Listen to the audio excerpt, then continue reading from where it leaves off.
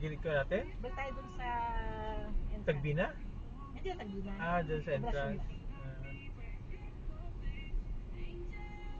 Sabi ng Tagbina, yung tourist attraction, kung doon na tayo mag-stay, tapos In 300 meters, continue straight. Yun. And this. Itong beach na ito na white sand.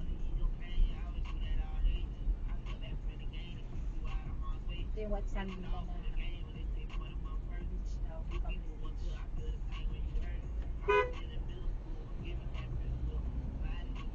Continue straight, then turn right.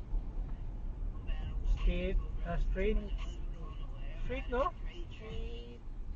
Straight to eh. Straight. Very straight. Straight, Straight? turn right. Hindi ba yun? Pwede rin doon. Pwede rin dito. Yan o. Turn right, then turn left. Pwede doon, pwede rin dito. Pareho doon. Ba't narangan doon? Alright, wala na right dito. Ano, pala ganyan ito na unahan. Tama na tricycle.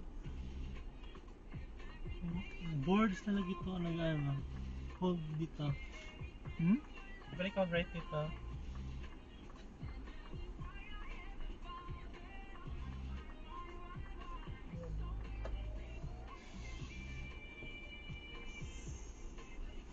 Tumakbo na tayo sa mainit na falls. Dito rin yun. Dadaanan natin kasi sa loob-loob. Turn left. At least mainit doon.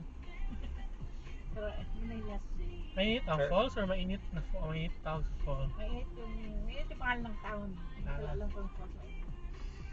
Sobrang daming tao kanina eh. Cold spring siya eh. Walang alam. May environmental filter dito? In 400 meters, your destination will be on the left. Wala man. Walang tao. Ha? Walang tao. Paingon sa anong place to? Puntahan natin? Turtle Island. Turtle Island? Oo. Na yung mga overnight dito? Daganay. Na yung available? Dagan doon. Karon? Okay, daganay man diha. Pero season man karon. Pila mga overnight dito? Ambot sir, wala. Ito na yung bakante karon. Dagan lagi. Dagan no.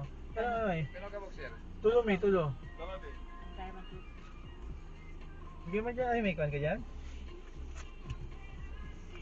Wala. Pila? 25 ma'am. Saan siya? Environmental fee? Oo. Dahil diya sir. Pero Ha? So ano ba ni? Ano na siya? Ako. apay sakto eh.